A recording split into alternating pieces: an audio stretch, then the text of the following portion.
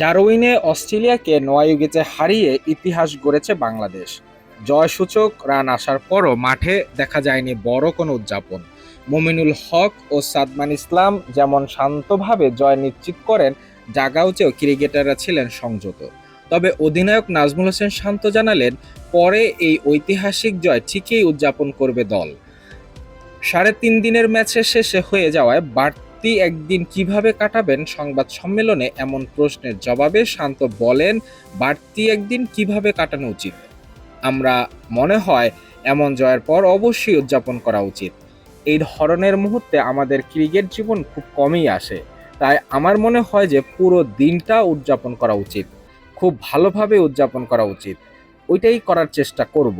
অস্ট্রেলিয়ার মাটিতে প্রথম টেস্ট জয়কে বাংলাদেশের ক্রিকেট ইতিহাসের সবচেয়ে বড় অর্জনগুলোর একটি বলেও উল্লেখ করেন শান্ত। পুরস্কার বিতরণী অনুষ্ঠানের পর সংবাদ সম্মেলনে নিজের অবস্থান পরিষ্কার করেন তিনি।